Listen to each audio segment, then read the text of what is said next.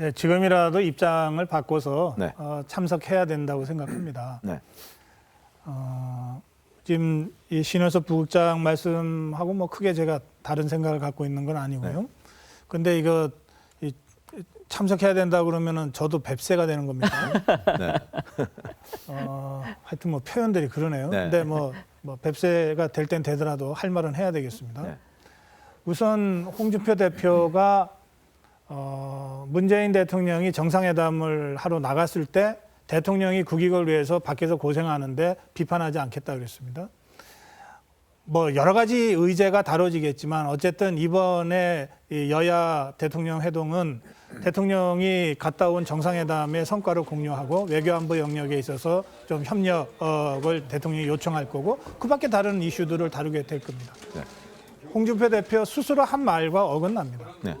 그다음에 FTA요. 뭐 명분을 세우려고 끄집어낸 얘기가 될지 모르겠습니다만 만약에 미국의 요구대로 정말 FTA 이른바 재협상 수준으로 뭔가를 해야 된다면 이거 굉장히 심각한 외교안보 사안이 되는 겁니다. 그렇죠. 그리고 이거는 어쨌든 사드 문제 봐도 직간접적으로 연관되어서 미국에 의해서 공세가 될 건데 그리고 중국이 쳐다보고 있을 건데 네. 이런 외교안보 통상 영역이야말로 정말 여야가 따로 있겠습니까? 대통령과 여야 대표가 머리를 맞대도 한참 맞대야 될 사안이죠. 네. 더구나 이 문제와 관련해서 홍준표 대표가 자기 주장대로 뭔가 한 게 있다면 네. 그 얘기를 강하게 하기 위해서라도 안 만나겠다는 대통령 만나자고 해야 됩니다. 네. 네. 왜 거꾸로 갑니까? 네. 그다음에 아까 신부국장 말씀 중에 마지막 부분은 뭐 저는 이렇게 생각합니다.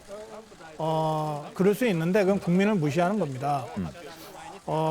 교섭단체를 20석으로 유지하는 게 옳으냐 그르냐에 대한 논란은 뭐 좀 변론으로 하고 네. 이게 국회 교섭단체 20석이라고 하는 것은 적어도 국민이 20명 정도 국회의원 뽑아주면 그게 160석 정당이건 200석 정당이건 동등한 자격으로 국회에서 발언권 행사하고 국회 운영에 참석하라는 뜻 아닙니까? 네. 자기들이 만든 법입니다. 지금 그 교섭단체 대표들이 다 모이는 거예요. 그런데 어떻게 홍준표 대표 그 개인이 뭐 한국당의 당 공식 입장이라고 전 들어본 적이 없습니다. 네. 그 국민이 뽑은 그런 의석수 교섭단체 대표들, 그다음에 당 대표들과 대통령이 만나는 거를 그렇게 걷어찰 수가 있습니까? 네. 그러면서 이런저런 비판에 대해서 뭐 황새가 제 갈 길 간다라고 하는 식으로 이것은 저는 국민을 무겁게 하는 그런 정치인의 자세는 아니다. 네. 그렇게 생각합니다. 그래서 오늘이라도 입장 번복하고 이런 건 입장 번복하는 게 창피한 거 아니거든요. 네. 잘못 생각했다. 네. 입장 번복하고 회동에 나가야 된다고 생각합니다. 홍준표 대표가 참석을 안 해도 그것은 그 여당 입장에서는 여권 입장에서는 나쁠 게 없습니다. 홍준표 대표를 오히려 고립시키면은 107석이지 않습니까, 한국당. 네, 네, 네. 그럼 나머지 야당들 그 협조를 받으면은 네. 그 180석 넘어갑니다. 네. 그럼 국회 선진화법도 그 가능해요. 5분의 3 이상. 뭐 그렇죠. 네, 그것도 뭐 처리가 가능해요. 네, 네. 그런 상황에서 굳이 그렇게 되면 홍준표 대표가 스스로 고립되는 그런 모양새가 되기 때문에 네. 그래도 뭐 회담은 열겠죠. 네. 그런데 홍준표 대표는 아까 쭉 말씀을 하셨지만은 그 FTA 문제, 네. FTA 문제 그것 때문에 첫 대화부터 얼굴을 붉힐 것 같아서 안 간다. 네. 이건 평소에 홍준표 대표 스타일하고 다른 이야기죠. 네. 그러니까 얼굴 붉히러 가는 스타일입니다.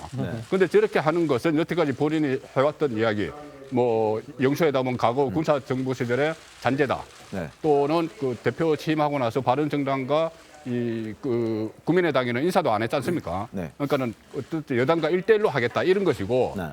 그것 때문에 민병도 의원이 그 단독 회담 하자는 투쟁이다 이렇게 이야기한 것이죠. 네. 그리고 또 정치 참 어떻게 한다 이야기했는데 저는 이런 부분도 민병도 의원은 홍준표 대표와 정치적으로 악연이 있죠. 네. 서대문에서 2번 국회의원 그 선거를 했습니다. 동대문이죠. 동대문에서. 네. 그 1승 1패했거든요. 네네. 근데 그 이후에 홍준표 대표가 대선에 출마할 때도 계속 공격수로 나섰어요. 그렇죠.